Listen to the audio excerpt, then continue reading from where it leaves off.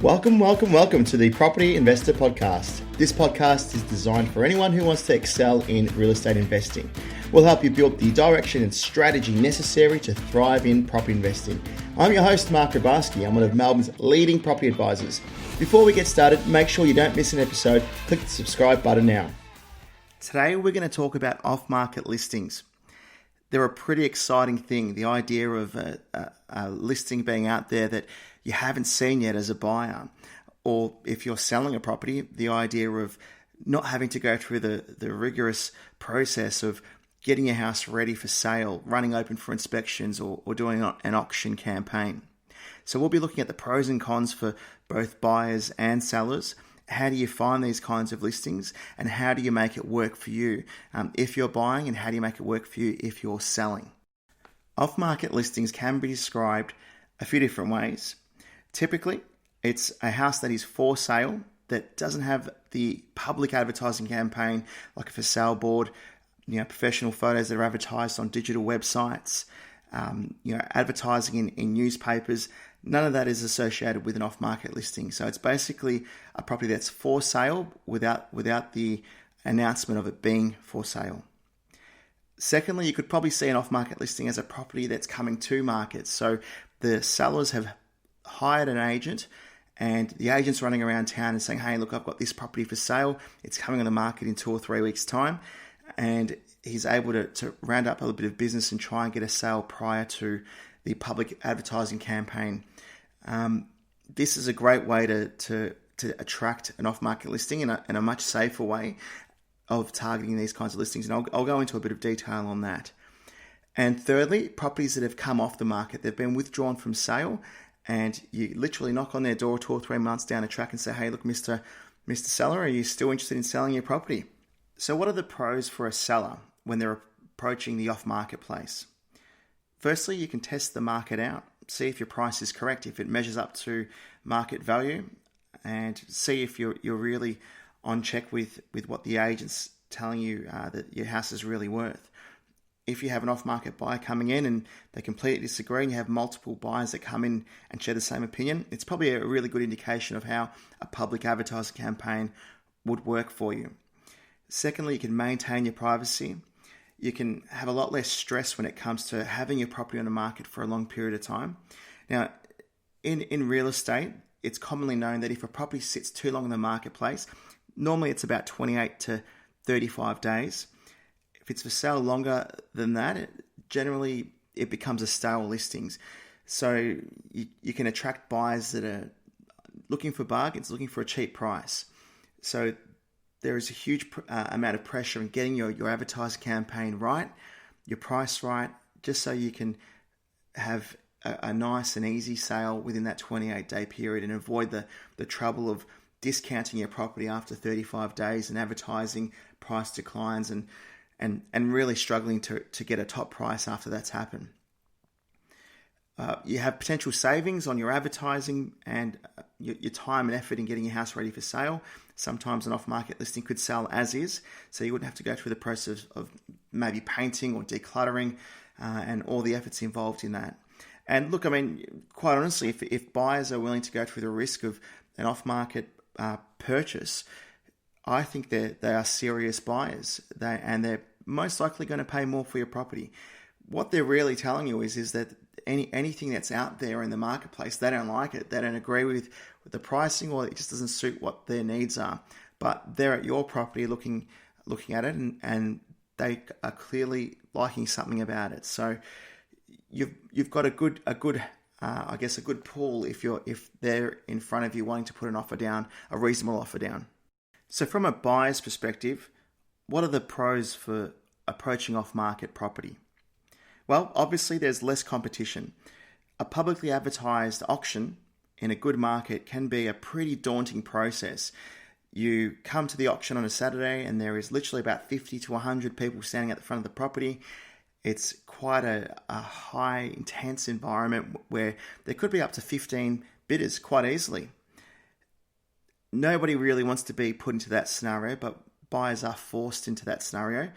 And off-market doesn't really have that. There could be a scenario where you have a private auction if there's a couple of bidders, but there never really is more than 2 or 3 bidders. in an off-market listing. And the second allure is hopefully the price is lower. So if the property isn't in an immediate inner city suburb, it's outside the hot 10 kilometer radius of a CBD area where prices are running really, really hot. If it's outside of that zone and it's a common property, there is a great chance of securing a price that's below market value.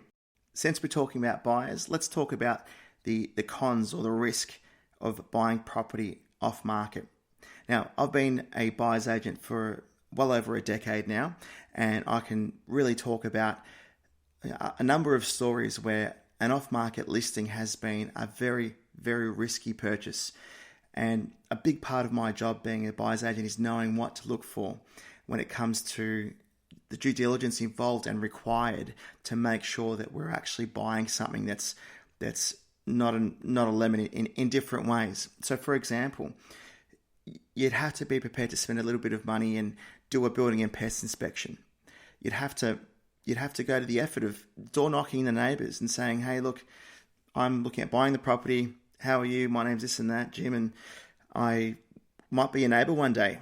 You know, how's your relationship with your neighbours?" I know it sounds a little bit creepy, but it's amazing what a simple door knock can do, and a 2 or 3 minute conversation. Go to the extremes and call the local police up. I know that sounds wild, but say, "Look, I'm looking at buying a house in this area. Has there been any reports of crimes or reoccurring issues in this property?"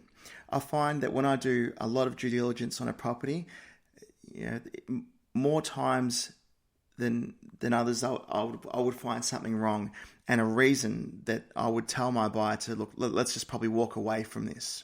The biggest problem a buyer can face is an unrealistic or an unmotivated seller.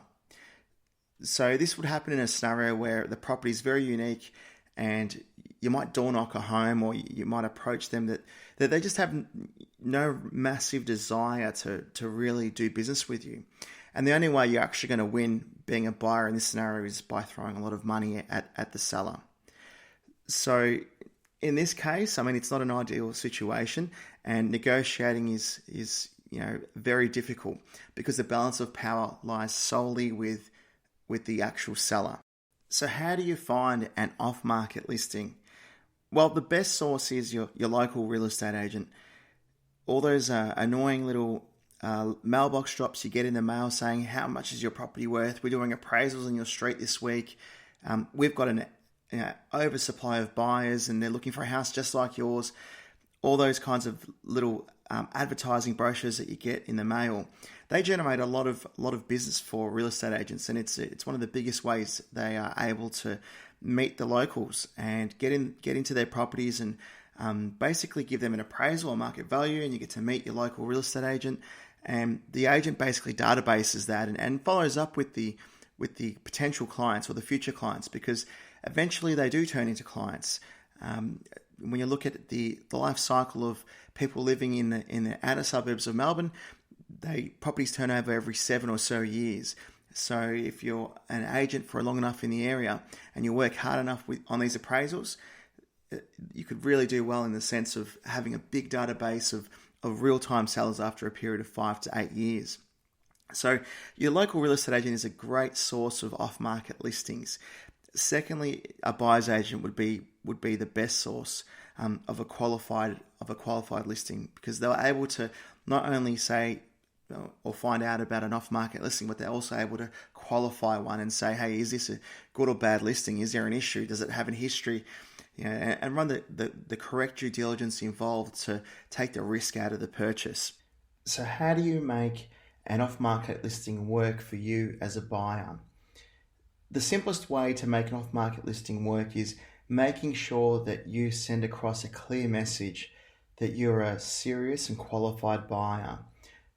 How you do that is know your criteria, know exactly what you want, have your finance approved, and when you approach an agent, you're able to tell them exactly what you need. And if you have a buyer's agent, you're empowering him or her to move forward and target many agents across an area and do all the work necessary and be very specific. Because an off-market listing isn't a time or a place to explore the market and just walk through an off-market property for no reason. Hence why it's important to have all your stars align and really demonstrate to the people you're working with that you are a serious buyer. If you're a seller and you're looking at going off market, I personally wouldn't recommend it. The only time you'd really want to go off market is if you have a real reason to, or your property is very unique, it's very high value. Typically over the $2.5 million mark is where you'd look at doing things off market to generate that price. And the reason why I don't recommend an off market listing for most sellers is because you want to create a scenario where there's competition, either through an auction or a private negotiation. You want to have 2, 3, 4 buyers fighting for your property. And that's the only way that you're going to get a premium when you sell. Your real estate agent definitely has a big part in achieving a big price, but your real estate agent is only as good as he can be when it comes to having multiple buyers. If he only has one buyer to deal with, it makes negotiations very, very difficult, and it can fall over very quickly when the buyer knows that there is no other competition. Okay, so we've come to the end of the episode today where we're talking about off-market listings. If you need help with off-market listings, if you're a buyer, check out our website at Wise Real Estate Advice. We have a handful of buyers agents that work all around Melbourne that can assist you with off-market property. If you're a seller, check out vendoradvocatemelb.com.au. It's the #1 ranking vendor advocacy service in Melbourne. Thanks for listening. We appreciate every listener that takes the time to get to the end of every one of our podcasts. This is a quick thank you. We'd love you to leave your details on our website with a suburb or a property address that you're interested in, and we'd love to send you a quick report on the suburb or the property that you're interested in and give you some information on the place. For more topics on real estate, check out propertyinvestorpodcast.com.au. We've got a broad range of topics that talk about buying, talk about selling, and all the bits in between when it comes to real estate. Thanks for listening.